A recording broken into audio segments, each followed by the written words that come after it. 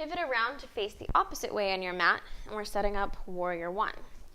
So again, square off the hips, strong bend in the left knee, send the right hip forward, press into the outside edge of that right foot, and then tuck the tailbone under. You get a big right hip flexor stretch. From here, reach the arms up. As you inhale, feel for lifting up the rib cage. Exhale, relax your shoulders. Inhale, draw the belly in. Exhale, tuck the tailbone. One more breath in warrior one.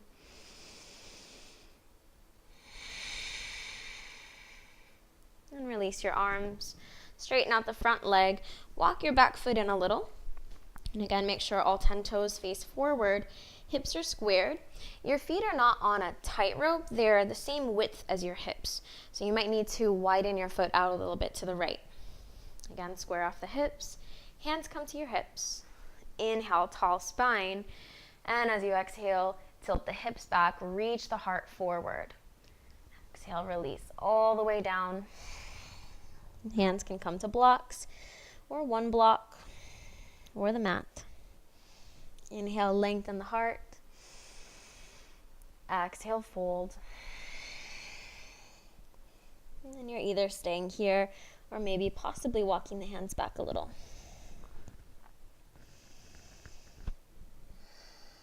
Keep breathing deeply. One more breath. And then left knee bends. Plant your hands down, come up onto the right toes. Step back through plank. Find downward facing dog. Inhale. And exhale, release down to your knees. So we're setting up Supta Virasana, or reclined hero's pose. So this pose can feel pretty intense on the knees. If you want to pad the knees with a blanket, that'll make it a little bit more comfortable. But we're going to bring the knees together and then widen your feet. Sit down between your heels. There's a good chance that that feels terrible, and if that's the case, sit back up. So if that's the case, you're going to sit down on top of a block. So this pose stretches not only like the quads, but also the shins and the ankles and the tops of the feet. So if you're in this shape and anything feels too intense, take your time, come out of it, come back in. Unless it's like shooting pain, and then don't come back in. But yeah, so from here, if you're sitting down all the way, you might be able to lean back a little. You actually might be able to lean back a lot. You might be able to lay all the way down. Just go to whatever point you can. If at any point there's pain in your knees or the knees lift up, then you've gone too far. So just lean back, possibly coming down to the forearms. Again, you might be able to lie all the way down on your back, but just notice where you can go today. So if you get, like, maybe just leaning back a little bit or to some point and there's compression in your lower back, just tuck the tailbone under. That'll lengthen out the lower back, and then you'll be able to go a little bit further. And hold here for just a couple more breaths. If you did lie all the way down on your back and you need more sensation, you'll press the hips up towards the sky, just engaging a little bit. One more breath. And slowly walk yourself back up. Come into tabletop. Extend one leg at a time. Give your legs a little break. And then bring the knees down hip width apart. Tuck all 10 toes under and sit back onto your heels. For some of you, this will be enough. For others, you might be able to walk the hands in a little closer, or maybe sit all the way upright. Make sure that all 10 toes, even the pinky toes, are tucked under. This pose is called Dukkha pose, and it stretches out the bottoms of the feet, stretches the toes a lot, which is amazing for runners. It's good if you've ever worn heels in your life. The feet don't often get stretched. It's usually not our main focus. But it's good for opening up the myofascia, the connective tissue in the body. which isn't just in the feet, it's in the whole body. So stretching out the feet can actually affect the legs and everything, including the low back. If at any point this feels like it's way too much, you can walk the hands forward, take a little weight out, and then sit back. This pose is sometimes nicknamed pins and needles. Maybe you found out why. Just keep breathing.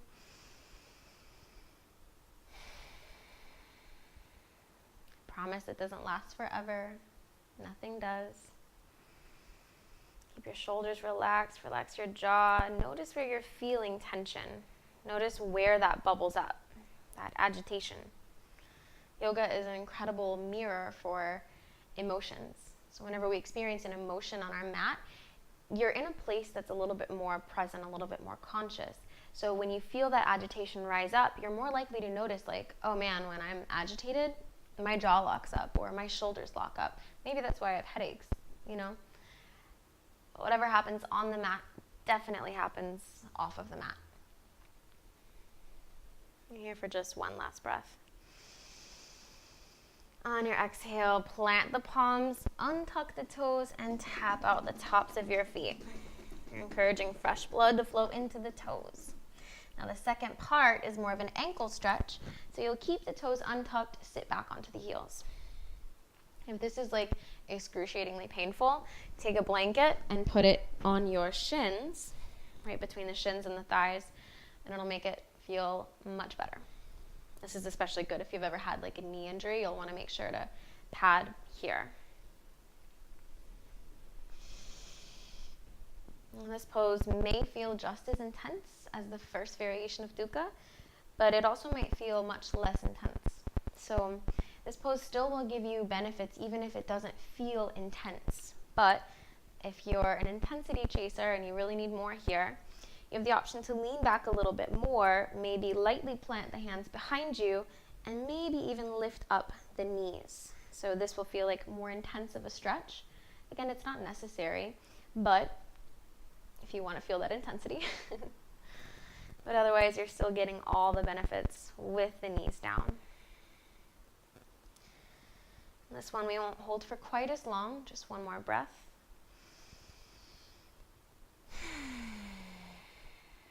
Plant your palms, lift up the feet and circle the ankles in both directions. From here, cross the ankles all the way, sit back. Have your strap handy or your belt or your tie, whatever you're using. Extend the legs out in front of you, the feet all the way at the edge of the mat. Reach the arms forward, inhale, exhale, tuck the chin, slowly release down one vertebra at a time. And then bring your right knee into your chest, land your moving pose. Maybe gently roll the knee side to side, massaging out your hip flexors and your ascending colon. And then extend the right leg up to the sky, grab your strap, and loop the strap along the ball of the right foot. Now from here, if your knee is very bent, your work is to slowly straighten it. Take a moment to flex and point your toes, and notice what feels better, toes flexed or toes pointed. And then hold that. Take a deep breath in. Exhale. One more inhale. One more exhale.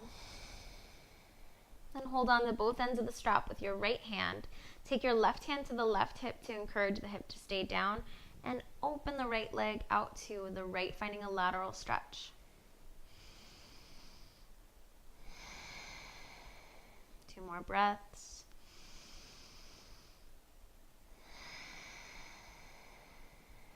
And one more breath. As you inhale, bring the leg all the way back up to center. Switch hands. Hold on with the left hand. Allow the right arm to drift out to the right. And then, really important here, keep your right hip grounded. So keep your attention on the right glute and slowly cross the leg across your body. The glute doesn't lift up. you may not need to go very far. We're looking for an IT band stretch, so you're getting the outer part of the thigh. If you do go too far, now you've lost the IT band entirely and you're just finding a twist, which is fine too, but looking out for your IT band. So to get more intensity, you're going to point the right big toe down towards the ground. You can play with the angle until you find the spot that feels best along the side of your shin. Keep your core a little bit engaged to keep that right hip down. And stay for one more breath.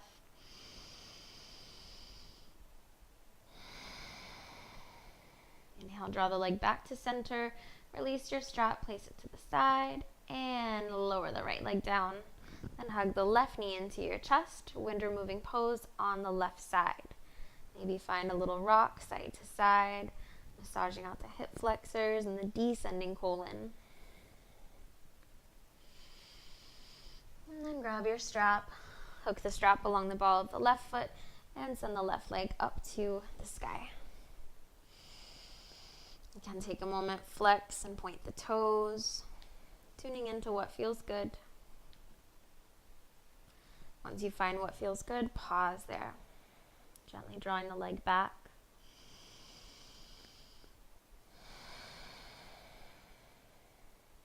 Notice if one side felt different than the other.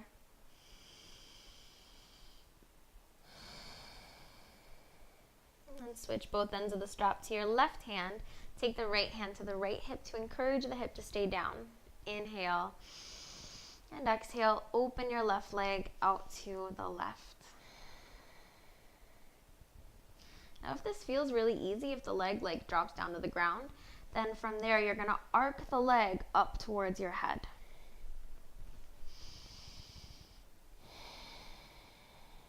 Stay here, one last breath.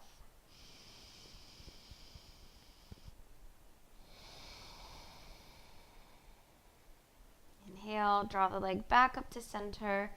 Switch hands, hold on with the right hand. And again, bring your attention to the left glute. Keep the glute grounded, slowly cross the leg across your body. Going just as far as you need to get into the IT band. From there, if you need more, point the big toe down to the ground and play with the angle of that big toe until you find the spot that feels the best. You'll know when you find it. Keep the core engaged, keep drawing the lower abdominals in.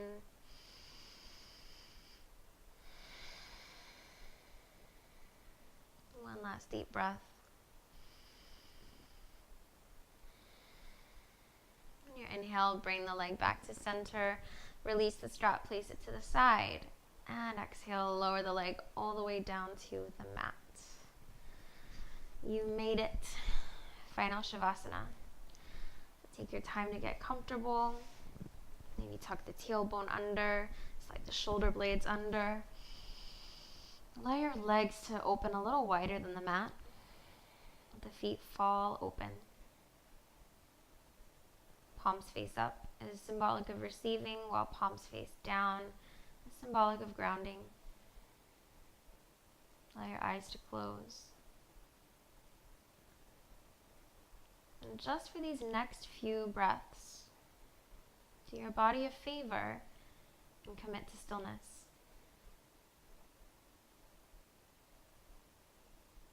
Allow the space between your brows to soften. Allow the eyes to start to feel heavy in their sockets. Relax your jaw. Relax your teeth. And release the tongue away from the roof of the mouth.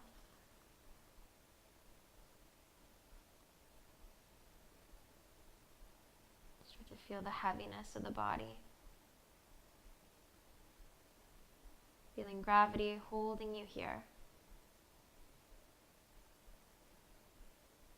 Feel the weight of the hips releasing into the mat. Feel the weight of your shoulders softening. Letting go.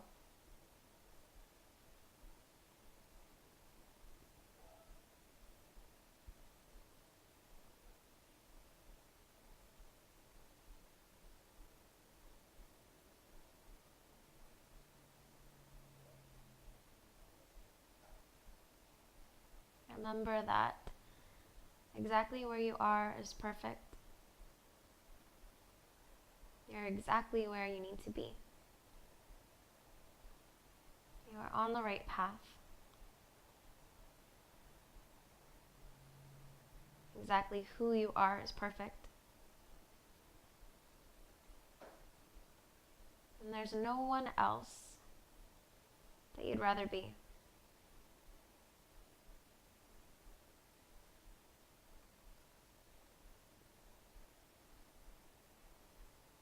Slowly begin to deepen the breath, bringing awareness back into the body.